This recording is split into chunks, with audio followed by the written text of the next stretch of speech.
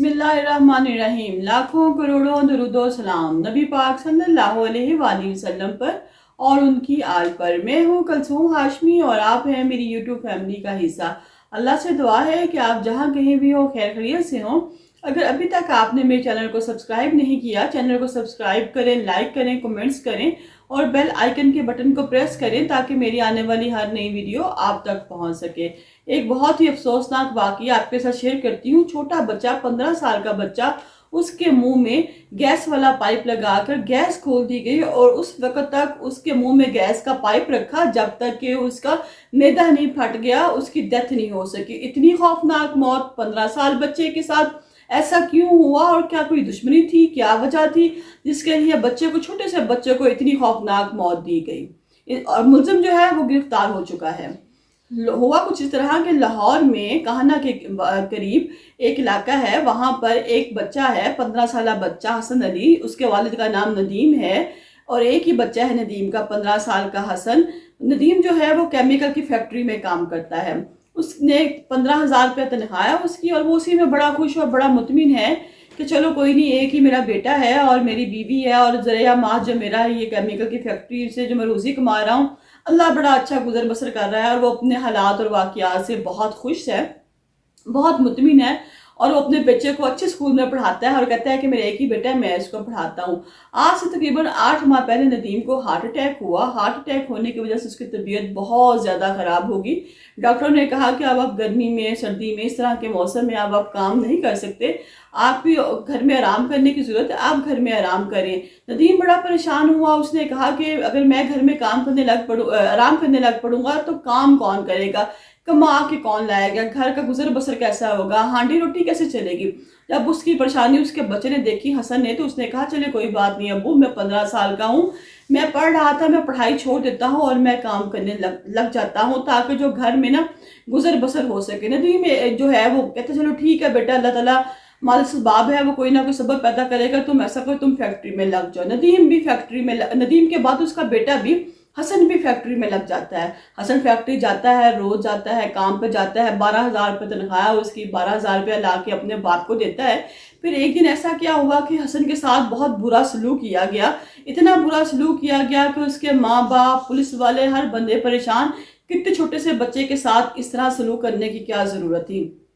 नदीम को कॉल आती है कि आपके बेटे की तबीयत बहुत ख़राब है, आप फ़ौरन से पहले फैक्ट्री पहुंचे और अपने बेटे को ले जाएं। नदीम बड़ा हक्का बक्का कि पता नहीं मेरे बेटे को क्या हो गया है, क्या तबीयत ख़राब है उसकी। नदीम फैक्ट्री पहुंचता है, देखता है तो आगे जो है वो हसन बेहोश पड़ा होता है। वो उसको उठा के पास ही कान्हा के हॉस्पिटल ले जाता है।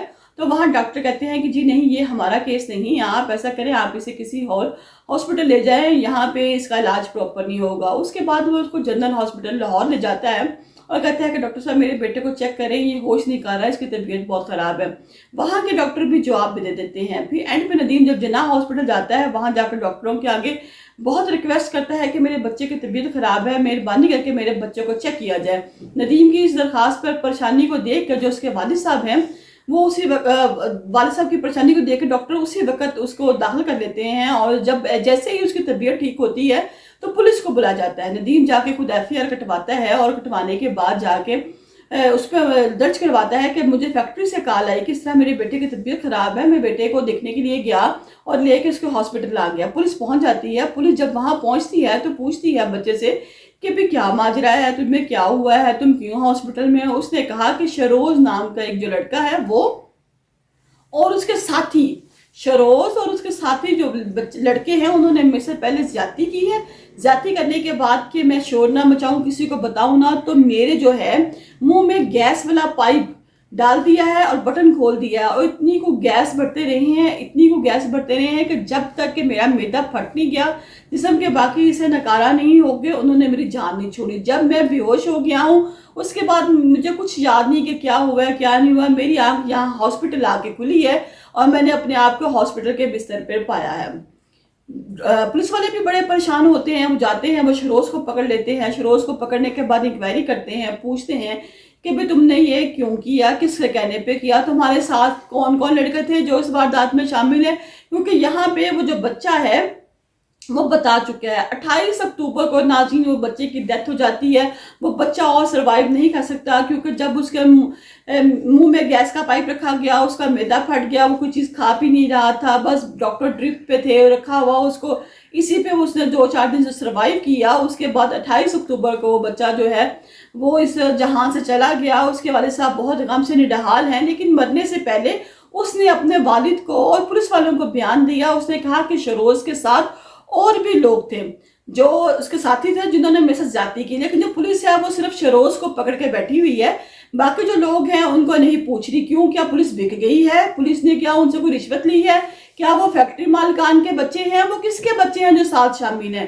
کم از کم پولیس کو اتنا تو پتا ہونا چاہیے تھا کہ وہ کس کے بچے ہیں جو ساتھ شامل ہیں, یا پولیس والوں کو پتہ چل چکا ہے کہ یہ فیکٹری مالکان کے بچے ہیں اسی لیے پولیس ان کو نہیں پکڑی. ناظرین اگر کسی بھی جگہ پہ کوئی وقوع پیش آئے, کوئی بندہ موٹر سائیکل پہ ہو تو بندے کے ساتھ ساتھ موٹر سائیکل کو بھی پکڑ لیتے ہیں, اریسٹ کر لیتے ہیں, گاڑی کو پکڑ لیتے ہیں, جس چیز پہ بندہ سوار ہوتا ہے اس کو پکڑ لیتے ہیں اور کھڑا کر دیتے ہیں تھانے کے باہر تاکہ پتہ چلے, تھانے کے باہر کھڑا کر دیتے ہیں تاکہ پتہ چلے کہ یہ جب ڈکیتی ہوئی یا ایکسیڈنٹ ہوا کچھ بھی ہوا تو اس وقت یہ جو گاڑی تھی ساتھ ہی بندہ تھا اس پہ سوار تھا جو بھی تھا, لیکن جب شروز کے ساتھ بندوں کا پتہ چل چکا تھا, بتایا گیا کہ شروز کے ساتھ بندے تھے, تو پھر پولیس والے اس بندوں کو کیوں نہیں پکڑے؟ کیوں فیکٹری میں نہیں جا رہے؟ فیکٹری سے ہی بچے کو اٹھایا گیا, فیکٹری میں ہی بچہ جاب کرتا تھا, کیا وہ کسی غریب کا بچہ تھا اسی لیے اس کی کچھ پوچھ گچھ نہیں؟ آج کسی وہ امیر کا بچہ ہوتا, کسی بڑی جماعت کا بچہ ہوتا, کسی بڑی پارٹی کا بچہ ہوتا تو اس بچے کو فٹافٹ اٹھایا جاتا, ہاسپٹل جانے کے بعد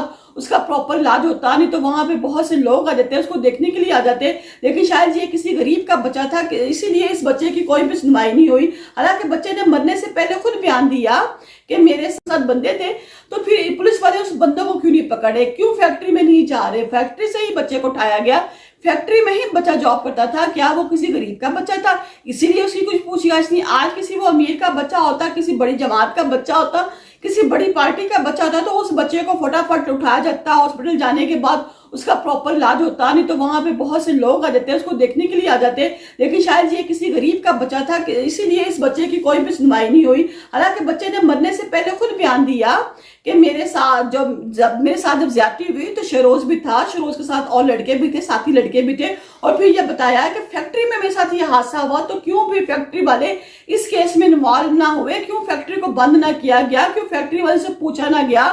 کیوں سوال نہ کیے گئے؟ شروز کو بار بار پکڑا ہے, شروز آج بھی تھانے میں بند ہے, تو شروز کے باقی ساتھی کہاں ہے؟ کیا وہ باعثت لوگ تھے جو ایک غریب کا بچہ کھا گئے, جو ایک غریب کا گھر جس نے برباد کر دیا؟ میں نے یہاں شروع میں بھی بتایا تھا کہ ندیم کا کوئی اور بچہ نہیں تھا سوائے حسن علی کے, اور حسن علی وہ مظلوم بچہ جو 15 سال کا تھا جس نے اسکول چھوڑ دیا. اسکول کے ماحول میں, فیکٹری کے ماحول میں بہت فرق ہوتا ہے. فیکٹری کے مزاج میں وہاں پہ جو لوگ گھٹیا قسم کا مذاق کرتے ہیں, اسکولوں میں اس طرح کے کلچر بالکل نہیں ہے. وہ بچہ اسکول چھوڑ کے فیکٹری میں چلا گیا, وہ 15 سال کا معصوم بچہ جو اپنے گھر کا بہت کفیل تھا, جو اپنے ماں باپ کا سہارا تھا, اس کو اس طرح بے دردی سے قتل کرنے کے بعد, میں نہ اس کو قتل کہوں گی, قتل کیا گیا, اس کو زیادتی کی گئی تاکہ وہ بعد میں بتا نہ سکے. کیا قصور تھا ندیم کا؟ کیا قصور تھا اس کی ماں کا؟ کیا قصور تھا حسن علی کا جس کو اس طرح بے دردی کے ساتھ ناظر حسن کو مارا گیا؟ اس کے جو ماں باپ ہیں, جو ان کا بہت سہارا بچہ تھا, وہ چھین لیا گیا. لیکن اس کے باوجود جب وہ بچہ بتا چکا ہے کہ شروز بھی ساتھ ہے, شروز کے ساتھی بھی ہیں, تو شروز کو کیوں پکڑا گیا؟ باقی ساتھی کو پکڑیں, انکوائری کریں, ان تمام کردار کو کیفے کردار تک پہنچائیں تاکہ نیکسٹ کوئی بھی کسی کے بچے کے ساتھ ایسا ظلم